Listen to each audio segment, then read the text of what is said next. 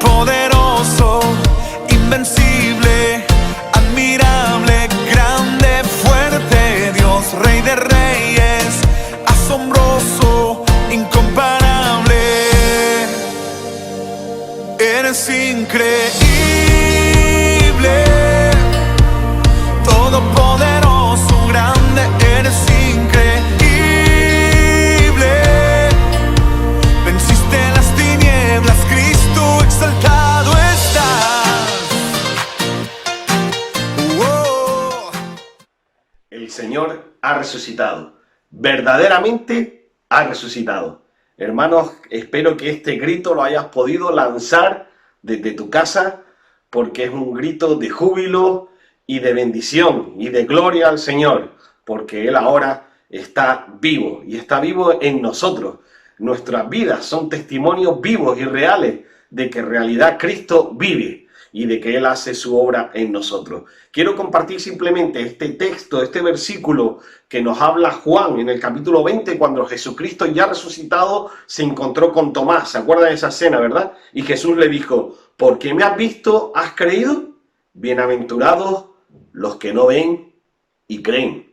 ¡Ja! Bienaventurados somos nosotros, somos dichosos, porque entre ese grupo estamos. No hemos visto con nuestros ojos la resurrección de Cristo, pero sí la hemos experimentado en nuestros corazones y hemos creído en ella. Ahora caminamos por fe. Así que, hermanos, qué bendición que podamos disfrutar de este domingo especial. Y tú, si nos estás visitando por primera vez, te invitamos a que te quedes hasta el final para que puedas oír la voz de Dios a tu corazón hablándote claramente. Queremos también recordar, hermanos, aquellos hermanos que han cumplido años durante esta semana y queremos felicitarlos en el nombre del Señor, como es Simona. Felicidades, Simona, eres una bendición para la iglesia. También nuestra hermana Carmen, que ha cumplido años ayer sábado. También, hermana, felicidades, un abrazo muy grande, te queremos mucho. Y también nuestros hermanos Tony y Dori, que han cumplido años de matrimonio, aniversario de matrimonio. Así que también son una bendición especial para esta iglesia y un testimonio vivo de la fidelidad de Dios cuando el Señor está en medio de un matrimonio. Así que gracias, hermanos. Espero que algún día podamos celebrar todos estos cumpleaños que hemos recordado en esta breve semana, pero que estaremos juntos y nos pegaremos un gran abrazo. Bueno, ahora quiero recordar a aquellos hermanos que son más mayores de nuestra iglesia, que están en casa y tal vez se les hace más difícil el estar confinados. Hermanos, que el Señor les bendiga. Nos acordamos de ustedes. Están presentes en nuestras oraciones y solo les pedimos que sean fuertes, que no desfallezcan, que el Señor está con ustedes y que les echamos mucho de menos. ¿Saben cuánto les echamos de menos? Así que, hermanos, nos acordamos. Y también queremos recordarles aquellos hermanos que detrás de esta cámara, detrás de este vídeo, pues ha habido un gran trabajo ahí en medio. Y aquellos que están participando, tanto los jueves en el culto de oración, en el estudio especial de Primera de Pedro, como las clases de Romano, como el culto ayer que vimos de los jóvenes, queremos dar un gran abrazo a esos hermanos que están trabajando detrás de la pantalla para hacer posible que estos cultos y estas bendiciones nos lleguen hasta nuestras casas. Así que también nos acordamos y oramos por ustedes. Ahora, hermanos, seguidamente, sin tardar más, queremos darle lugar, paso a este culto donde hermanos participarán. Habrá alguna sorpresa que otra, así que les invitamos a que se queden al final y vamos a gozar de la palabra de Dios. Va a ser una tremenda bendición para nuestras vidas. Por favor, no interrumpas el tiempo. Deja este tiempo dedicado ahora para esto y verás cómo la bendición de Dios va a caer sobre tu vida. Que el Señor te bendiga. Un abrazo muy grande.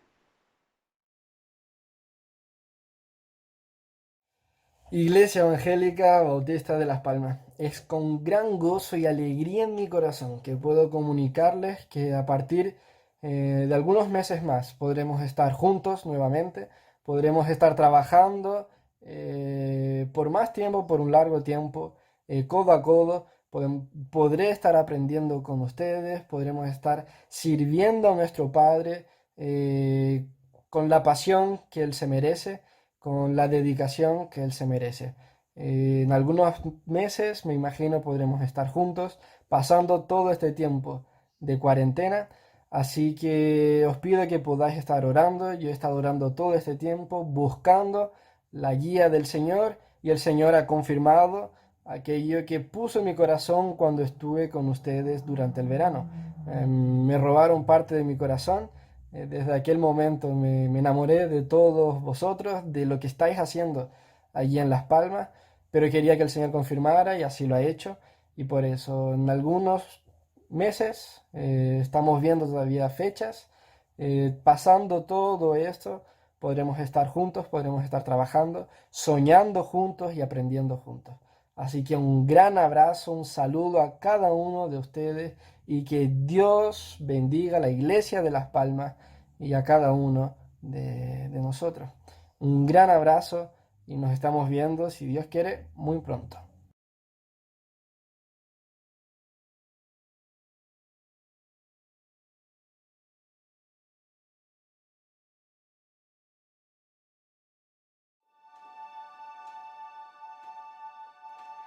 Fuiste el verbo en el principio, unigénito de Dios. El misterio de tu gloria, revelado en tu amor.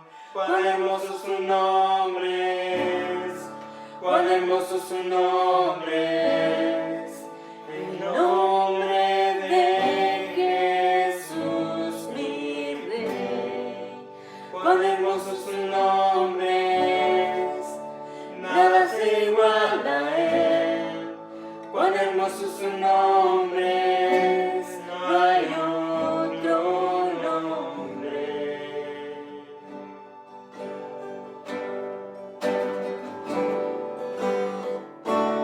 Basta el cielo por salvarte, me viniste a rescatar. Transgresión tú perdonaste,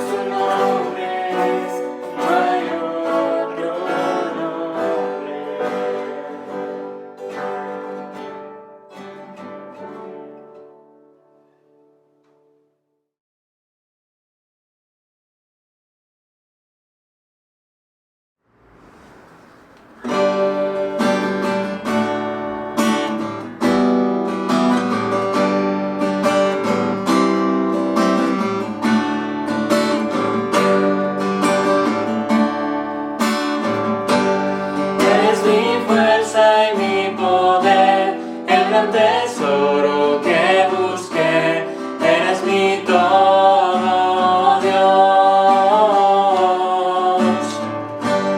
Perla de precio sin igual, nunca tu amor podré dejar, eres mi todo, Dios. Cristo, Salvador, digno de adorar. Cristo, Redentor, digno de adorar. Diste tu vida ya en la cruz, resucitaste mi Jesús, eres mi todo, Dios. En sequedad o en tentación, tú me sostienes, mi Señor, eres mi todo, Dios. Eres mi fuerza y mi poder, el gran tesoro que busqué, eres mi todo, Dios. Perla de desprecio sin igual, nunca tu amor podré dejar, eres mi todo, Dios. Diste tu vida ya en la cruz, resucitaste mi Jesús, eres mi todo, Dios. En sequedad o en tentación, tú me sostienes, mi Señor, eres mi todo, Dios. Cristo, Salvador, digno de adorar. Cristo, Redentor, digno de adorar. Tú eres digno de adorar. Tú eres digno de adorar.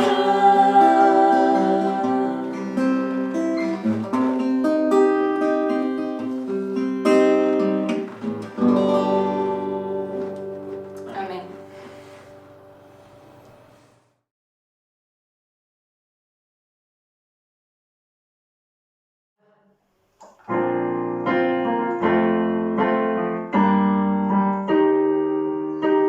Eres Jesús quien venció en la cruz, fue quien cargó, quien llevó nuestro dolor. Jesús resucitó y por su sangre, sus heridas nos sanó. Nada es difícil para Dios, todo es posible al que cree. Hoy las montañas por la fe se moverán por su poder. Nada es difícil para Dios, todo es posible al que cree. Hoy las montañas por la fe se moverán por su poder.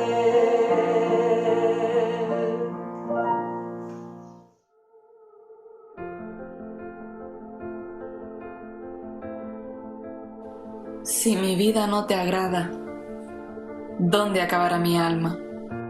No tiene sentido, es una desgracia.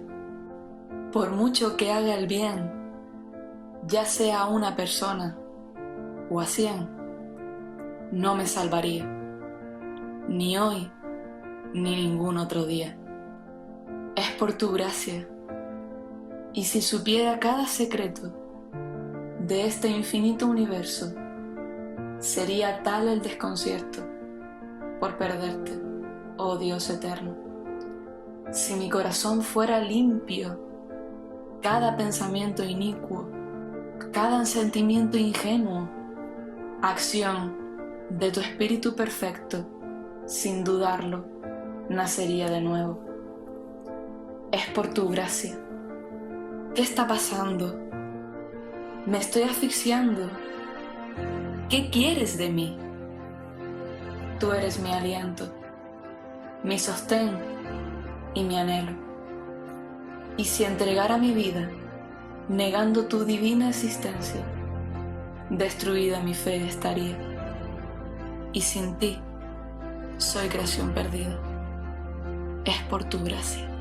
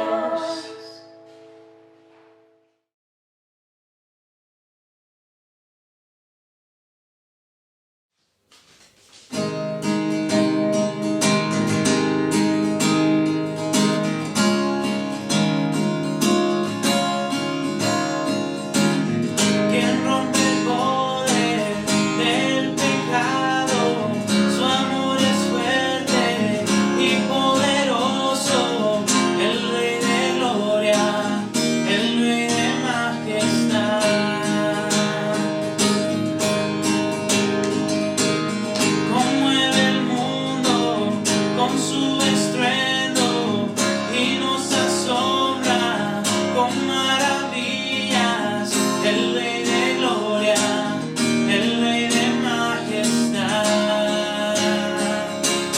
Gracias sublime es, perfecto es tu amor. Tomaste mi lugar, cargaste tú mi cruz, tu vida diste ahí, y ahora libre soy. Oh, Jesús, te adoro por lo que hiciste en mí.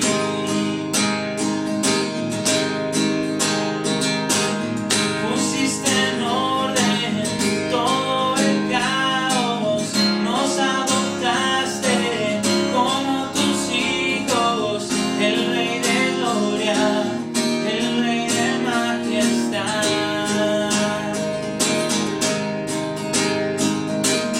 El que gobierna con su justicia y resplandece con su belleza, el Rey de gloria, el Rey de majestad. Gracias sublime es, perfecto es tu amor. Tomaste mi lugar, cargaste tú mi cruz, tu vida diste ahí, y ahora libre soy. Oh, Jesús, te adoro por lo que hiciste en mí. Digno es el Cordero de Dios, digno es el Rey que la muerte venció. Digno es el Cordero de Dios, digno es el Rey que la muerte venció. Digno es el Cordero de Dios, digno es el Rey que la muerte venció. Digno es el Cordero de Dios, digno, digno, digno. Gracias sublime es, perfecto es tu amor. Tomaste mi lugar, cargaste tú mi cruz, tu vida diste ahí, y ahora libre soy.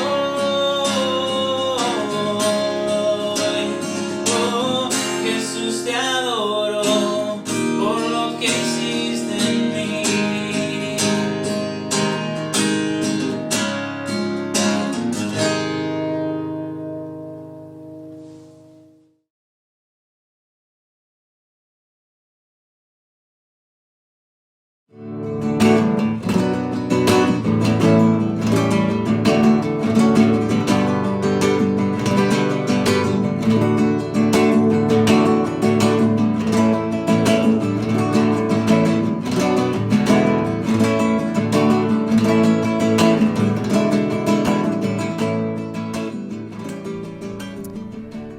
Bueno, hemos llegado al domingo de resurrección y este es el domingo tan glorioso en que celebramos y recordamos el hecho de que nuestro Señor Jesús resucitó de entre los muertos. Ese evento que cambia todo en la historia del hombre, todo en la historia de la creación. No hay momento quizá más glorioso y más significativo en el calendario cristiano que el día en que recordamos la resurrección de Jesús. Y obviamente en un sentido lo hacemos cada domingo. El motivo por el cual los cristianos comenzaron a reunirse en domingo en lugar de sábado es que ese era el día del Señor. Lo llamaban día del Señor porque era el día en que Jesús resucitó. Y en un sentido el hecho de que adoramos a Dios en domingo es una forma de celebrar la resurrección de Jesús cada semana. pero vamos a hacerlo de una forma especial hoy. Y he querido mirar hoy un pasaje que nos cuenta la resurrección de Jesús. Y es la versión que vemos en el Evangelio de Mateo. Vamos a mirar el capítulo 28 y vamos a mirar ese capítulo entero, el último capítulo del Evangelio de Mateo. Y he titulado el mensaje de hoy, El Rey de Dios y nuestra labor. Así que vamos a comenzar. Es un pasaje un poco largo. Entremos ya de lleno. Antes de empezar a leer, sin embargo, quiero decirles algunas cosas acerca del Evangelio según Mateo. Se habrán dado cuenta, si han leído el Nuevo Testamento, de que los primeros 4 libros que tenemos en el Nuevo Testamento son evangelios. Son relatos de la vida y el ministerio público de Jesús. Se centran no en su niñez ni cosas de esas, aunque hay algunos detalles de su nacimiento, pero se centran más bien en el tiempo de su ministerio público. Y notamos especialmente en 3 de los evangelios, solemos llamarlos los evangelios sinópticos, Mateo, Marcos y Lucas, y se llaman así porque tienen una misma óptica, un mismo punto de vista, en el sentido de que hay muchos pasajes que a través de esos 3 evangelios los encontramos igual, palabra por palabra, en Mateo, Marcos y Lucas. O quizá casi igual palabra por palabra, con mínimas variaciones, una palabra aquí, una palabra allí. Yo creo que eso es porque detrás de esos evangelios había una tradición oral común. Creo que Jesús, como buen rabí en el primer siglo, seguía las pautas de enseñanza que se llevaban en el primer siglo entre los judíos, y su enseñanza se centraba muy fuertemente en la memorización, hasta el punto que ellos habían desarrollado sus mentes con una capacidad de memorización asombrosa. A nosotros hoy nos parece casi imposible, pero se habla en el primer siglo de que había gente que podía escuchar un discurso completo y luego ir a casa y registrarlo palabra por palabra, que podían 3 o 4 personas hacer esa misma cosa, escuchar el mismo discurso, ir a casa y registrarlo de memoria, y que las copias serían idénticas. O sea, una capacidad de memorización tremenda que habían desarrollado por la forma en que ellos enseñaban y aprendían. Y especialmente los judíos, que valoraban tanto la memorización de las escrituras y la tradición rabínica. Así que Jesús ha desarrollado esto con los discípulos en ese tiempo de su ministerio público, y le ha dado forma a una tradición oral que vemos en los evangelios sinópticos, que son relatos específicos de eventos en el ministerio de Jesús y también enseñanzas específicas de Jesús que fueron memorizando y luego pudieron comunicar a otros de una forma muy tradicional. La tradición oral era una forma en que se enseñaba y aprendía en el tiempo de Jesús. Pero es curioso que cuando bueno, no quiero adelantarme, hablaré un poco más de eso luego, pero eso quizá nos hace pensar que los 4 más o menos dicen lo mismo, y esa no es la verdad. Mateo tiene una perspectiva diferente de Marcos, y Marcos de Lucas, y Lucas de Juan. Mateo, les voy a decir, tiene una perspectiva, él centra su interés en los judíos específicamente, que no han creído, no han puesto su fe en Jesús como el Mesías prometido de sus sagradas escrituras. Por algún motivo, muchos de ellos han rechazado a Jesús como su Mesías porque Él no concuerda con sus expectativas de lo que debía ser el Mesías. Quieren un Mesías que haga ciertas cosas y Jesús no ha hecho esas cosas, así que se niegan a recibirlo como su Mesías. Y Mateo es más crítico de los fariseos y de los líderes religiosos que ninguno de los otros evangelios. Él tiene palabras sumamente duras en contra de las falsas enseñanzas de los líderes de Israel que han rechazado al Mesías que Dios les ha enviado.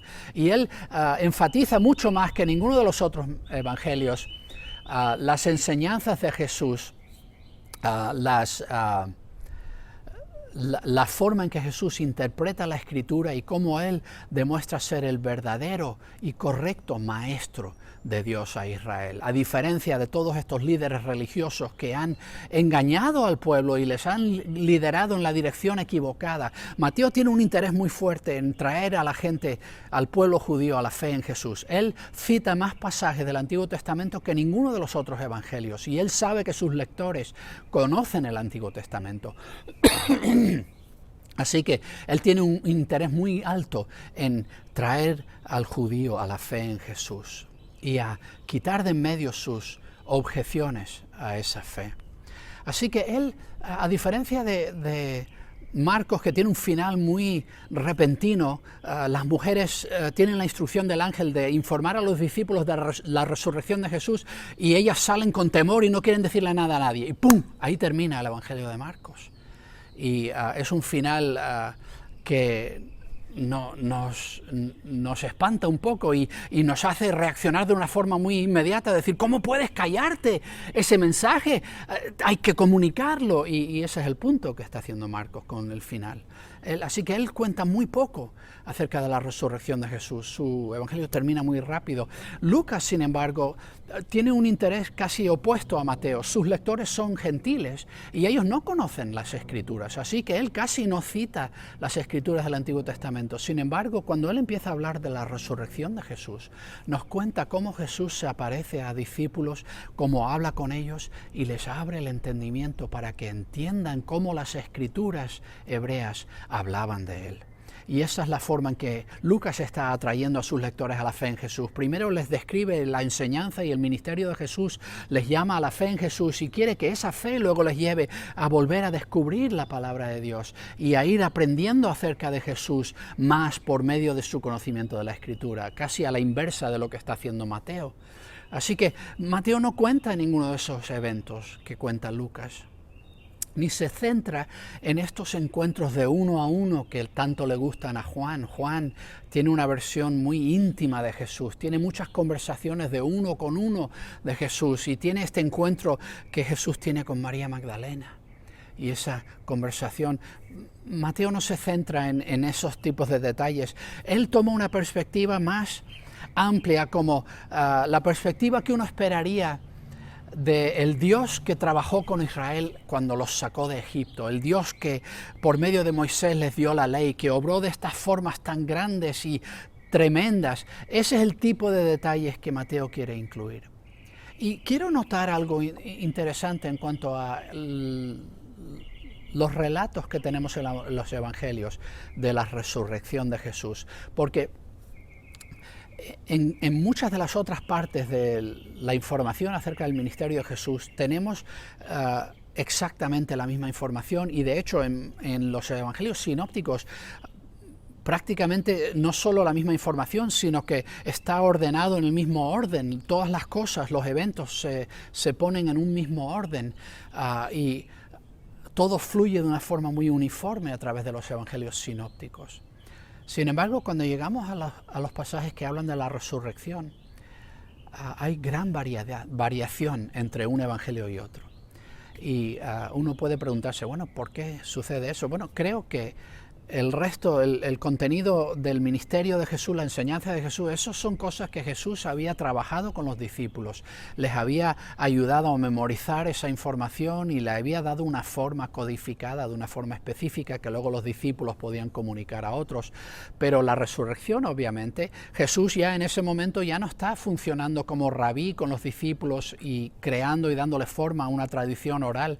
Así que lo que tienen es toda una serie de relatos de testigos individuales que han tenido una interacción con el Jesús resucitado. Y cuando uno tiene toda esa serie de historias, cada uno relata las porciones que él tiene o que le parecen importantes de compartir, y esa es la parte que tenemos en cada uno de los evangelios.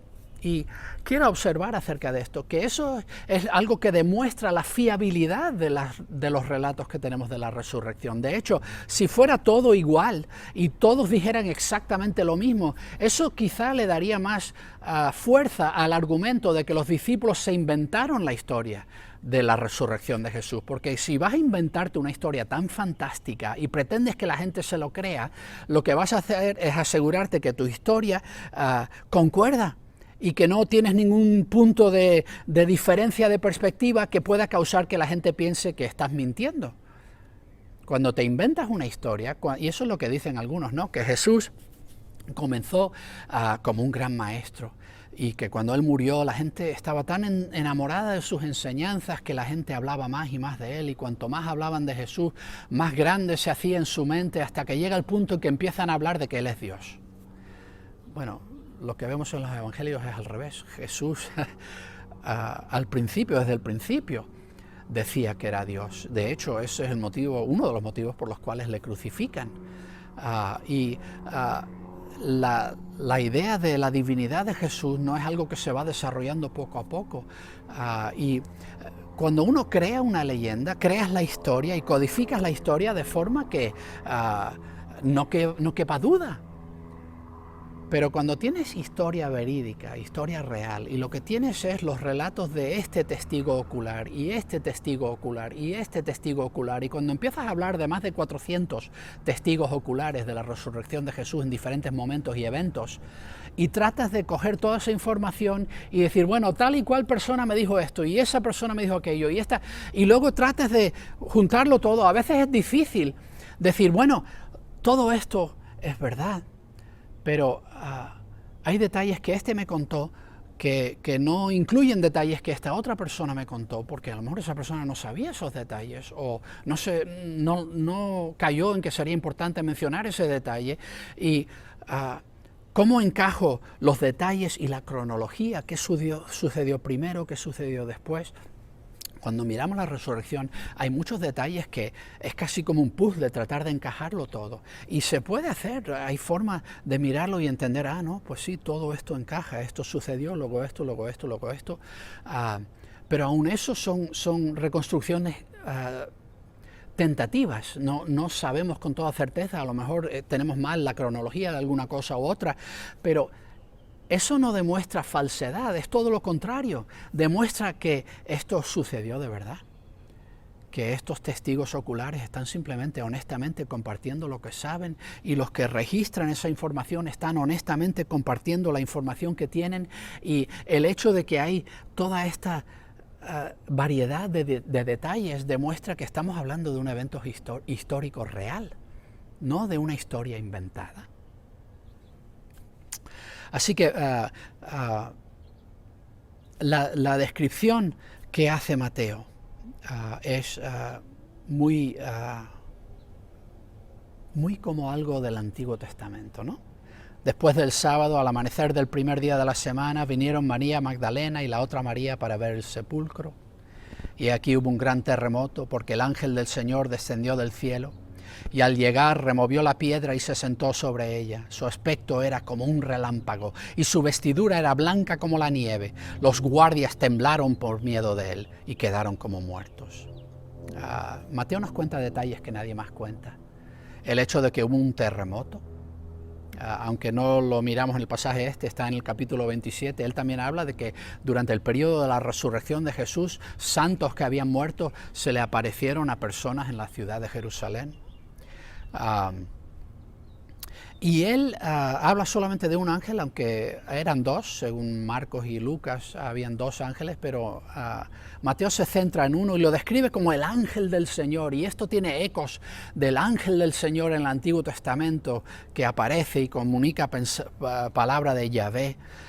Y él especifica que descendió del cielo, eso es algo que los otros evangelios no mencionan, que removió la piedra, se sentó sobre ella. Hay detalles aquí que Mateo incluye que otros no nos cuentan, pero todo esto nos hace recordar la actividad de Dios que vemos escrita en el Antiguo Testamento, este tipo de cosas asombrosas, y Mateo quiere que sus lectores entiendan, este es el Dios que ustedes han conocido a través de las Escrituras del Antiguo Testamento, y Él ha hecho en Jesús algo tremendo, algo grande. Este es un evento apoteósico. Y los guardias están tan aterrados ante esto que se quedan como de piedra, como muertos. Y el ángel habla con las mujeres, versículos del 5 al 10. Y respondiendo el ángel dijo a las mujeres, no temáis vosotras, porque sé que buscáis a Jesús, quien fue crucificado. No está aquí, porque ha resucitado, así como dijo. Venid, ved el lugar donde estaba puesto, e id deprisa y decid a sus discípulos que ha resucitado de entre los muertos. He aquí va delante de vosotros a Galilea, allí le veréis. He aquí, os lo he dicho. Este es un detalle interesante que también ayuda a afirmar la historicidad del relato. Quiero seguir leyendo un poquito. Entonces ellas salieron a toda prisa del sepulcro, con temor y gran gozo, y corrieron a dar las nuevas a sus discípulos. Mateo aquí junta cosas que creo que estaban un poco separadas. En esa frase que salieron con gran gozo, con temor y gran gozo. Él lo pone todo junto como que es una experiencia en el mismo momento, pero creo que si miramos el Evangelio de Marcos, que la reacción inicial de las mujeres es temor y decir no vamos a decirle a nadie nada. Y ahí es donde lo deja Marcos. Vemos que Mateo nos dice que tienen temor y gran gozo, pero hay un segundo evento antes de que ellas le digan a los discípulos nada. Y he aquí, Jesús les salió al encuentro diciendo, os saludo. Y acercándose a ellas, abrazaron sus pies y le adoraron. Entonces Jesús les dijo, no temáis, id, dad las nuevas a mis hermanos, para que vayan a Galilea, allí me verán. Entonces lo que creo que sucedió es lo siguiente. Inicialmente la reacción de las mujeres es temor. ¿Y cómo vamos a decirle eso a los discípulos? No nos van a creer. Así que Jesús se les aparece y les repite las instrucciones, y después de eso, que caen a sus pies, le abrazan los pies, le adoran. Después de eso, ellas en gran gozo van y hacen lo que se les ha pedido.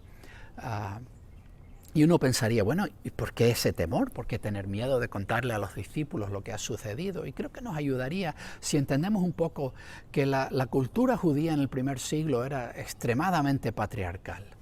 Y de hecho los rabís en ese tiempo tenían discusiones acerca de si podía o no aceptarse el testimonio de una mujer en un caso en la corte, porque ¿quién va a fiarse de una mujer? Las mujeres son demasiado inestables para creer lo que dicen. Y una actitud totalmente negativa hacia las mujeres. De hecho, hay un rabí, se llamaba Eliezer ben Hircano, hijo de Hircano, y él era casi un contemporáneo de Mateo. Él vivió desde el 45 hasta el 117 después de Cristo. Y este rabí tenía tal desdén por las mujeres que él decía que no debía enseñárseles a leer ni enseñarles la escritura, la Biblia. Para eso tienen maridos y padres que les enseñen en casa, ¿no? Y esto es lo que él decía acerca de enseñarle a una mujer la Biblia. Quien le enseñe Torah a su hija, le enseña lascivia. Y la idea era, si le enseñas a leer, le enseñas a pensar, le enseñas a estudiar la Biblia por su propia cuenta, vete a saber dónde va a acabar eso. No puedes fiarte de una mujer de esa forma. Entonces, si esa es la actitud, y obviamente no era la actitud de Jesús, y dudo que la hubiera fomentado entre los discípulos, pero cuando la cultura es así, se mete en todo, ¿no? Y es normal que las mujeres tuviesen esta reacción de, ¿cómo voy a contarle esto a los discípulos? No me van a creer. Es curioso. Si miramos los otros evangelios, ciertamente eso es exactamente lo que sucedió. Las mujeres fueron, les dijeron que Jesús ha resucitado, y la reacción de los discípulos fue, estas mujeres. Y no las creyeron, no las creyeron. O sea que su temor estaba bien fundado. Tengo una pregunta que me gustaría pedirte que consideres. ¿De qué formas te has sentido inadecuado o inadecuada para hablarle a otros acerca del resucitado Señor Jesucristo? Sigamos adelante. Entre tanto que ellas iban, he aquí, algunos de la guardia fueron a la ciudad y dieron aviso a los principales sacerdotes de todas las cosas que habían acontecido. Ellos se reunieron en consejo con los ancianos y tomando mucho dinero se lo dieron a los soldados diciendo, decid, sus discípulos vinieron de noche y lo robaron mientras nosotros dormíamos. Y si esto llega a oídos del procurador, nosotros le persuadiremos y os evitaremos problemas. Ellos tomaron el dinero e hicieron como habían sido instruidos, y este dicho se ha divulgado entre los judíos hasta el día de hoy. Es curioso, hasta el día de Mateo escribir esto dice eso, pero puedo añadir yo a esas palabras que este dicho se ha divulgado hasta el día de hoy, 2020. Todavía hay gente que dice esto, que los discípulos crearon una gran farsa, que robaron el cuerpo de Jesús y empezaron a inventarse esta historia de resurrección. La verdad es que también este dato es un poco difícil de tragarse, ¿no? Porque para un romano, un soldado romano, quedarse dormido cuando se le había instruido que debía hacer guardia por algo, eso se podía castigar con la muerte. De hecho, esa era la forma de asegurarse que cuando ponía a alguien a hacer guardia, que se lo iba a tomar en serio. De hecho, hoy en día en el ejército, en cualquier país del mundo, el hacer guardia tiene, el fallar en hacer guardia, el quedarte dormido cuando te toca hacer guardia, tiene graves consecuencias. Obviamente no te matan, pero en tiempos romanos sí. Así que el hecho de pensar que un grupo de soldados, un grupo, no uno, un grupo de soldados, que todos se fuesen a quedar dormidos, y dormidos hasta tal punto que pudieran llegar discípulos, quitar el sello, rodar la piedra y sacar el cuerpo de Jesús sin que ninguno de ellos se despertase. ¿Quién se cree eso? Sabiendo que si se quedan dormidos, que les pueden castigar con muerte. ¿Quién se cree eso? Y el único motivo por el cual la gente se lo cree es que la alternativa es más imposible aún, ¿no? La alternativa es que Jesús resucitó, que se levantó inmortal de la tumba. Y me imagino que por eso uno pensaría, ¿no sería más fácil para los soldados simplemente decirle la verdad a Pilato para evitar que les matase? Pero seguro que los sacerdotes le dijeron, oye, ¿qué crees que va a creer Pilato? ¿Que os quedasteis dormidos o que Jesús resucitó? Que bajó un ángel del cielo, abrió la puerta y ¡pum!, la tumba estaba vacía. ¿Cuál de esas dos historias crees que va a encontrar Pilato más fácil de creer? Así que digas tú lo que digas, Pilato va a creer que habéis fallado en vuestra labor. Así que vamos a ayudaros. Os damos mucho dinero y nosotros nos comprometemos a protegeros de Pilato. Si Pilato se enoja, nosotros le quitamos importancia al asunto y os vamos a proteger. Pues me imagino que entonces los soldados dirían, bueno, ¿qué nos queda? O sea, lo más seguro es tomar el dinero y esperar que ellos nos protejan de Pilato y ya está. Pero es un dato histórico y es curioso notar que ninguno de ellos niega el hecho de que la tumba está vacía.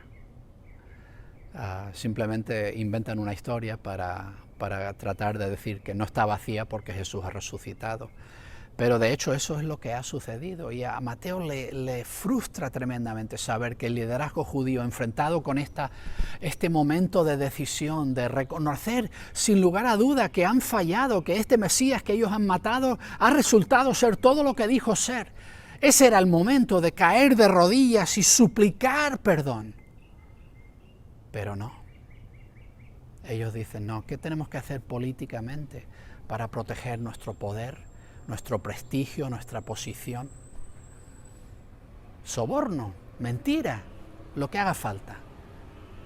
Porque a ese Jesús no nos vamos a rendir ante ese Jesús. Y no vamos a soltar riendas de lo que hemos ido acumulando a través de toda nuestra vida aquí. Tratan de encubrirlo. Tengo otra pregunta que me gustaría que consideres. ¿Cómo ha tratado la gente a tu alrededor de descartar la fe en Jesús?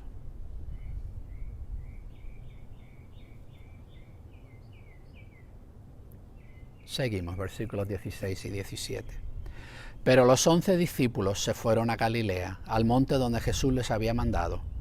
Cuando le vieron, le adoraron, pero algunos dudaron. Hay varias cosas que me parecen muy interesantes. Primeramente, parece que Jesús les había indicado en alguna de esas muchas apariciones e interacciones en que Jesús, el resucitado, habló y comió y fue tocado por discípulos después de la resurrección. Él tuvo gran interés en que ellos entendieran que había resucitado físicamente, que no era una aparición o una alucinación. En esas interacciones les había especificado exactamente en qué monte debían verse allí en Galilea, pero cuando llegan ante Él le adoran. Y esto es lo que me parece muy interesante, que tanto en el Antiguo Testamento como en el Nuevo, cada vez que alguien trata de adorar un ángel, el ángel le dice a la persona, no hagas eso, adora solo a Dios. Lo vemos en el libro de Daniel, lo vemos en el Nuevo Testamento, en el libro de Apocalipsis, que cuando alguien trata de adorar un ángel, el ángel dice, no hagas eso, adora solo a Dios. Cuando alguien trata de adorar un hombre, lo vemos también, tanto en el Antiguo como en el Nuevo Testamento, con los apóstoles cuando están predicando, a veces hay gente que quiere adorarles como dioses, y ellos dicen, no, de ninguna manera, adora solo a Dios. Y es clara la enseñanza, lo vemos a través de todo el Antiguo Testamento, pero puedo hablar de un pasaje en particular que lo dice de forma representativa. Éxodo 34:14 dice, no te postrarás ante otro Dios, pues Jehová, cuyo nombre es celoso, es un Dios celoso. Está absolutamente prohibido adorar a otra persona que a Dios, a un solo Dios. Así que es muy curioso notar a través del ministerio de Jesús que hay múltiples ocasiones en su ministerio, y después de la resurrección sucede también, que gente viene y adora a Jesús. Y sin embargo Jesús ni una sola vez le dice a nadie, no hagas eso. Pero a la vez no es que sea que Jesús tiene un problema con el orgullo, que Él necesita pavonearse, a Él le encanta la idea de que la gente se caiga a sus pies y tiene esta sensación de poder, porque todo lo que Jesús ha estado haciendo en su ministerio ha sido con un espíritu de mansedumbre, con una actitud de servicio. Él no está pavoneándose por ahí de ninguna forma, Él ha actuado con plena humildad. Sin embargo, cuando la gente le adora, Él lo permite, porque Él es Dios. Él es Dios, Él es Yahvé hecho carne. Y los discípulos le adoran porque entienden que es Dios. Pero esto es lo curioso. Pero algunos dudaron. Y quiero aclarar un poco esto, porque en el griego realmente no existe esa palabra algunos. Dice simplemente en el griego, le adoraron y dudaron. Y la idea de algunos, gramaticalmente se puede crear esa idea, pero no creo que eso sea lo que está diciendo Mateo. No está diciendo que algunos tenían dudas y, quién sabe, algún infiltrado había ahí entre el grupo. No. Creo que Mateo llanamente está siendo sincero acerca de la fe. Y uno piensa, qué raro, ¿no? Ahora, este es el momento en que los discípulos tienen dudas. Ahora que se ha visto que todo lo que Jesús dijo era verdad. Incluso esta cosa tan imposible de que Él mismo se ha levantado de entre los muertos, ha derrotado el pecado y la muerte de forma definitiva. Lo que parecía imposible lo ha hecho, ahí está en la carne delante de ellos, y ahora dudan. ¿Cómo? ¿Por qué dudar ahora? Y creo que tenemos que entender que Mateo está siendo honesto acerca de la fe. El cristiano no es la persona que lo sabe todo. No es la persona que tiene todas las respuestas. Y los discípulos, piensa, ellos tenían este entendimiento del Antiguo Testamento, de que Dios iba a enviar un Mesías y que ese Mesías iba a quitar todo reino, iba a quitar toda injusticia en el mundo, iba a establecer paz en todo el mundo, y que la muerte iba a dejar de ser, y iba a haber una resurrección de los muertos, y iba a juzgar a los vivos y a los muertos, y todo iba a ser hecho perfecto, todas estas cosas. Y ellos pensaban, cuando llegue el Mesías va a suceder todo esto. Bueno, han sucedido algunas de estas cosas. Ha comenzado a establecerse el reino de Dios. El reino de Dios está aquí, pero no en la plenitud que se describe en la Escritura. Y es normal, los discípulos están ahí, ok, Jesús ha resucitado, es todo lo que dijo ser, pero ¿por qué todavía hay romanos? ¿Por qué todavía hay gente en poder mintiendo y calumniando y encubriendo la verdad acerca de tu resurrección? ¿Por qué esa gente todavía está ahí en Jerusalén, los principales sacerdotes y el Sanedrín? ¿Por qué ellos todavía están en poder? ¿Por qué Jesús no los ha quitado de en medio? ¿Por qué todavía hay pecado? ¿Por qué todavía existe la muerte si ya está derrotada? Hay tantas preguntas, tantas dudas, tanto que no sabemos, y los discípulos entienden quién es Jesús, caen de rodillas ante Él, le adoran, Él es Dios, Él lo sabe todo, Él es el Mesías, Él es el Salvador. Pero tengo tantas preguntas, Jesús, yo no sé. Y lo que somos como cristianos, no somos personas que lo sabemos todo, que tenemos todas las respuestas. Somos personas que hemos descubierto quién tiene respuestas. Eso es lo único que sabemos, a quién adoramos. Pero nuestro caminar en Él está lleno de dudas. Hay toda una serie de cosas que no sabemos, que no entendemos. Y aún con la Biblia en la mano, hay cosas que miramos con gran duda y pensamos, a lo mejor va a ser así, a lo mejor va a ser así. ¿Cómo será esto? ¿Cómo es aquello? Hay cosas que no sabemos con precisión. Y nuestra relación con Jesús está diseñada para ser una relación de discipulado, de aprendizaje. Él es nuestro maestro y nosotros sus estudiantes. Y aprendemos bajo su enseñanza. Pero la duda forma parte, la realidad de que hay tantas cosas que no sabemos. Eso es parte de la fe cristiana. Tengo otra pregunta. Si tienes fe en Jesús, ¿por qué tienes esa fe? ¿Y qué áreas de duda forman parte de tu vida de fe en Jesucristo?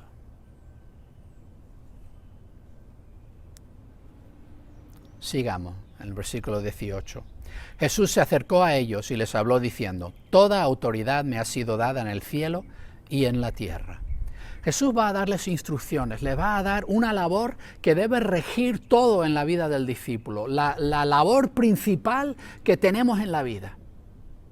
La función principal que tenemos en vivir. Pero antes de darnos esa instrucción, quiere cimentarla en algo terriblemente importante. Jesús les dice: toda autoridad me ha sido dada en el cielo y en la tierra. Y está cerrando capítulo en una profecía que vemos en el capítulo 7 de Daniel, versículos 13 y 14. Que Daniel comenta: estaba yo mirando en las visiones de la noche, y he aquí que en las nubes del cielo venía alguien como un hijo del hombre.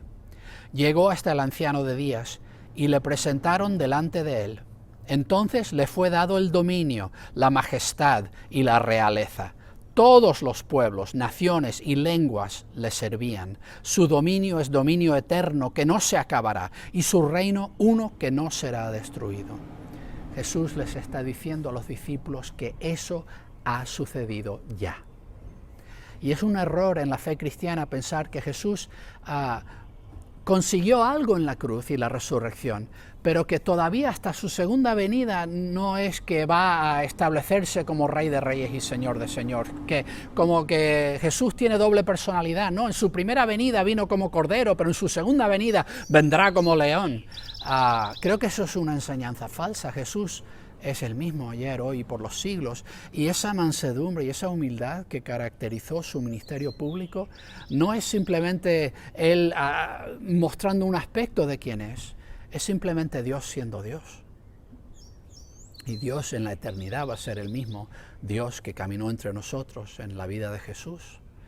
Y en su segunda venida Jesús va a ser el mismo que vino la primera vez. Así que no es como que esperamos un día en que Jesús va a cambiar y entonces será que Jesús se establece como Rey de Reyes y Señor de Señores. No, Jesús está diciendo: eso ya ha sucedido. Toda autoridad, no solo terrenal, no solo en cada nación del mundo, no solo en cada esfera de la realidad humana, sino en el cielo mismo. En cualquier esfera donde existan seres, yo tengo la autoridad absoluta. Toda autoridad me ha sido dada.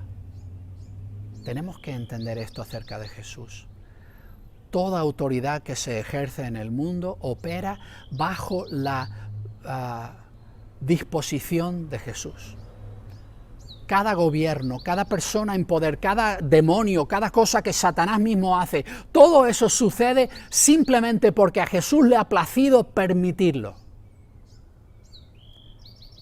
Y lo que Jesús está haciendo, no hay fuerza en el universo que pueda resistirlo, ni denegarlo, ni pararlo. Lo que Jesús está haciendo es imparable. Tenemos que entender eso antes de recibir las instrucciones que Él nos da para vivir la vida. Porque es basado en esa realidad que tenemos la confianza de cumplir esa instrucción. Porque Jesús tiene todo el poder necesario para permitirnos cumplir lo que nos ha pedido. ¿Cuál es esa instrucción?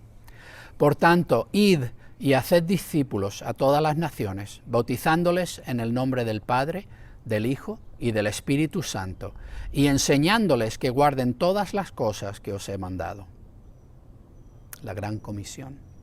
Es curioso, y las traducciones, para que se lea de una forma más fácil, convierten ese primer verbo en un imperativo, pero en realidad en el griego es un participio.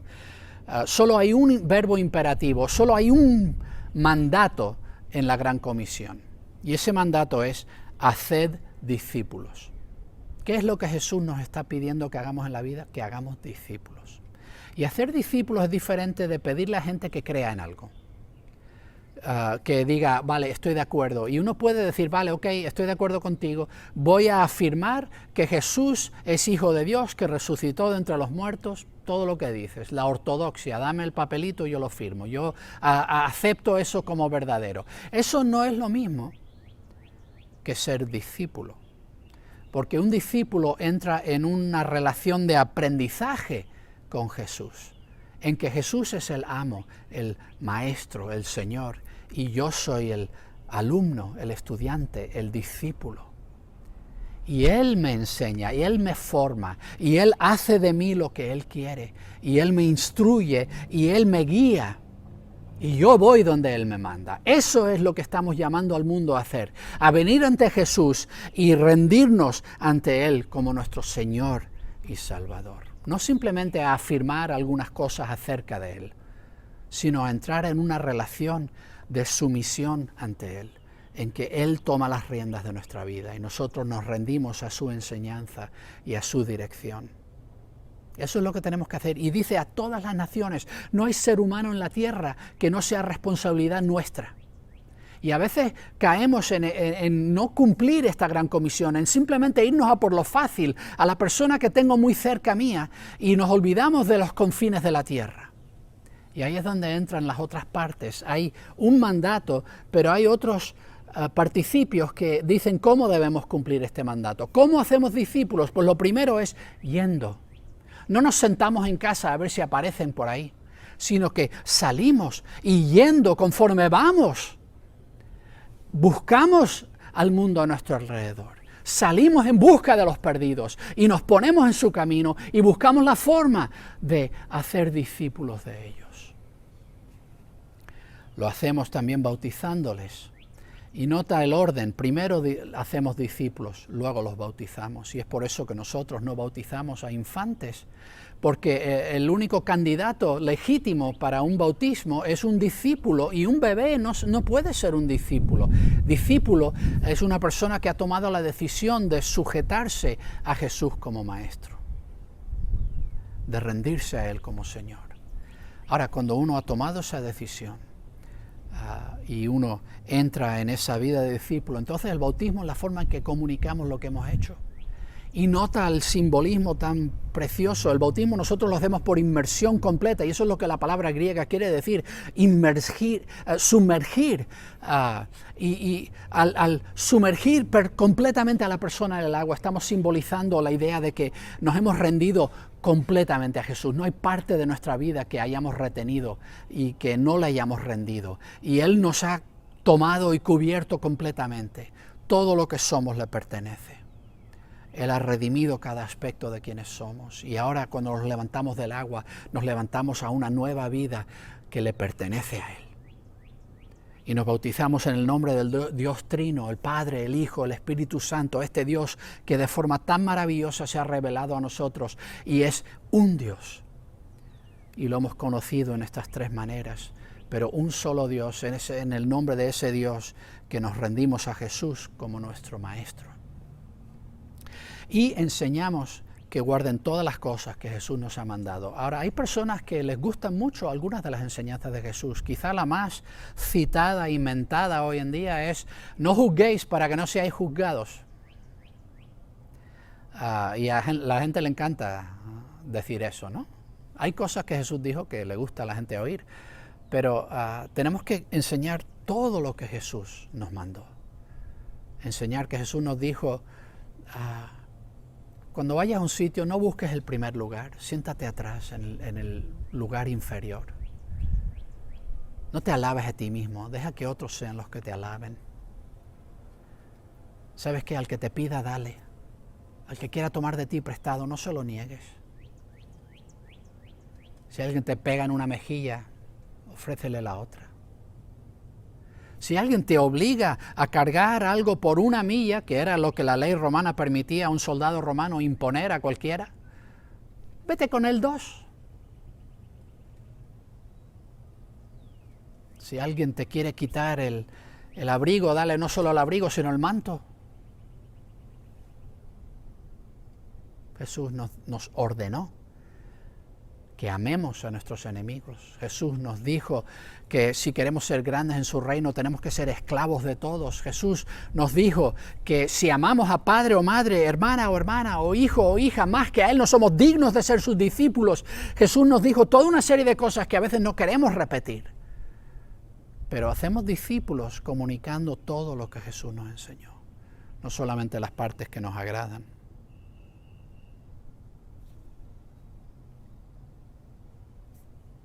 Y finalmente Jesús dice, y he aquí, yo estoy con vosotros todos los días hasta el fin del mundo.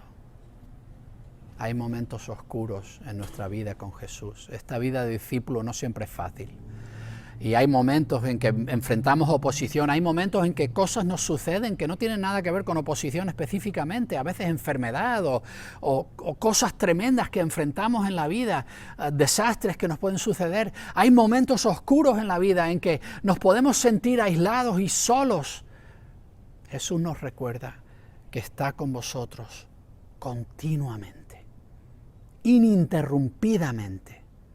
Todos los días, no solo en los días especiales, cada momento de cada segundo de cada día Jesús está con nosotros y jamás nos abandona. Va a estar con nosotros a través de todo. Tenemos que saber a ambos lados de este mandato que nos ha dado para la vida, que Jesús tiene todo poder, toda autoridad y que Jesús está con nosotros siempre, jamás estamos solos. Ese poder omnipotente está a nuestro lado en cada segundo del día. Y da igual que lo sintamos o no en un momento dado, que nos percatemos de una forma personal de la realidad. Jesús lo dijo, Jesús lo hace. Y nuestra comprensión es tan limitada, nuestra vida, nuestra capacidad de entender es tan limitada que a menudo nosotros no vamos a percibir la realidad de lo que está sucediendo, pero sabemos porque Jesús lo ha prometido, que Él está con nosotros en cada instante. No hay nada que pueda cambiar eso. Tengo una última pregunta. ¿Cómo estás llevando a cabo tú la labor que Cristo te ha dado en esta vida, de hacer discípulos de todas las naciones? Hoy es domingo de resurrección, ese día en que todo cambió, en que la victoria fue completada. Jesús resucitó y fue glorificado y recibió toda autoridad y todo poder, y ahora ha establecido un plan de salvación eterna. Y lo único que hay entre el comienzo de esa salvación eterna y la consumación de esa salvación eterna es el periodo histórico en que vivimos ahora, en que Jesús está dejando la puerta abierta y esperando que gente entre. La única labor que tenemos en esta vida, que no podemos realizar de forma superior en la era venidera, es la labor de hablarle a gente de Jesús, de hacer discípulos de las naciones. Y todavía hay personas que deben entrar, que no han entrado aún. Y es por eso que Jesús se demora, es por eso que Él aguanta la presencia del pecado, está permitiendo que las personas lleguen a la fe. Y nuestra labor para completar la venida de Jesús, para hacer que llegue ese día final, la consumación, es ser fieles en nuestra labor de compartir ese mensaje con el mundo y hacer discípulos de todo el mundo. Esa es tu labor en la vida, esa es tu meta en la vida, eso es lo que debes lograr con tu vivir. Mi oración para ti hoy es que descubras en Jesús tu Señor, tu Salvador, que te rindas a Él sin reserva alguna y que dediques toda tu vida en el poder del Jesús resucitado a hacer discípulos de todas las naciones. Que Dios te bendiga en este día tan maravilloso.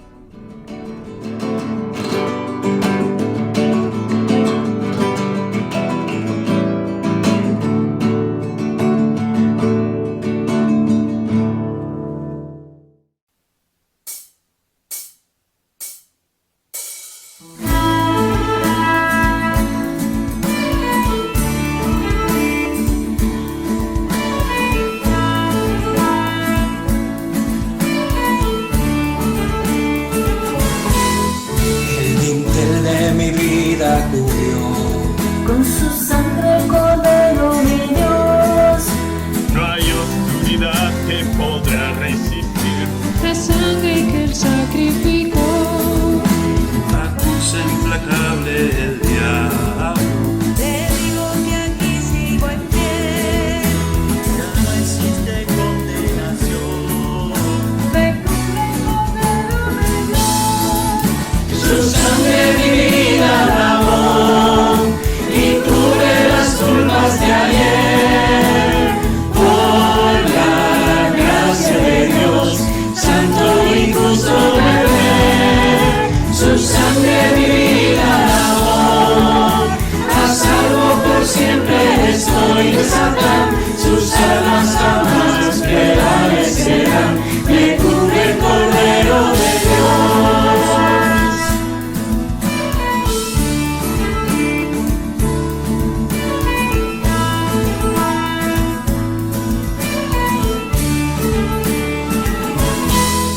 El dintel de mi vida cubrió. Con su sangre el Cordero de Dios. No hay oscuridad que podrá resistir La sangre que él sacrificó. Acusa implacable el diablo. Te digo que aquí sigo en pie. ya no existe condenación.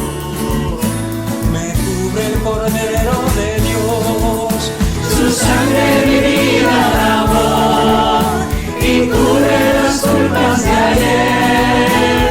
Por la gracia de Dios, santo y justo beber. Su sangre mi vida lavó, a salvo por siempre estoy de Satán. Sus armas jamás prevalecerán. Me cubre el Cordero de Dios. Su sangre mi vida lavó y cubre las culpas de ayer. Por la gracia de Dios, santo y justo beber. Su sangre mi vida lavó, a salvo por siempre estoy de Satán. Sus armas jamás prevalecerán. Me cubre el Cordero de Dios. Sus armas jamás prevalecerán. Me cubre el Cordero de Dios.